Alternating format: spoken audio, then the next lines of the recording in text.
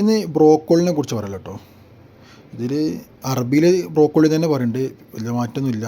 ഏകദേശം റേറ്റ് 3 റിയാൽ അങ്ങനെയൊക്കെ വരുന്നുള്ളൂ ഒരു പീസിൻ്റെ റേറ്റ് ഇവിടെ. ഇപ്പോൾ വില കുറവാണ്. പിന്നെ ഇതിൻ്റെ ഗുണങ്ങൾ പറയുകയാണെങ്കിൽ ഒരു സംഖ്യക്കുള്ള ഗുണങ്ങളുണ്ട്. മറ്റേ പ്രമേഹം, അതുപോലെ ഹൃദയം, വൈറ്റമിൻ എ, സി, അതേപോലെ ക്യാൻസറിനെ പ്രതിരോധിക്കാൻ നല്ല സാധനമാണ് കേട്ടത് ബ്രോക്കോളി. അപ്പം ഇവിടെ ഉള്ളവരൊക്കെ കിട്ടുമ്പോൾ അത്യാവശ്യം ബ്രോക്കോളി കഴിക്കുക. പിന്നെ നമ്മളെ ഉപ്പേരി ഉണ്ടല്ലോ, മേക്ക് പുരട്ടി, ഇത് കഴിക്കുമ്പോൾ എണ്ണ കുറക്കാൻ ശ്രമിക്കുക. അത് ഭയങ്കര ഡേഞ്ചറാണ്.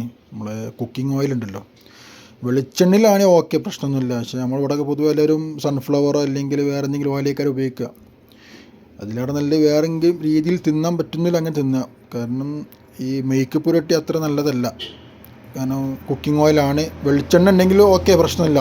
ഈ കടുക് പൊട്ടിക്കാനുള്ള ഇതുണ്ടല്ലോ, ചടങ്ങുണ്ടല്ലോ, അപ്പം അത് ഒഴിവാക്കണമല്ലോ ഒഴിവാക്കുക. അതിന് പകരമായിട്ട് ചെറിയ രീതിയിൽ കുക്കിംഗ് ഓയിൽ ഉപയോഗിക്കുക. അപ്പോൾ ശരി.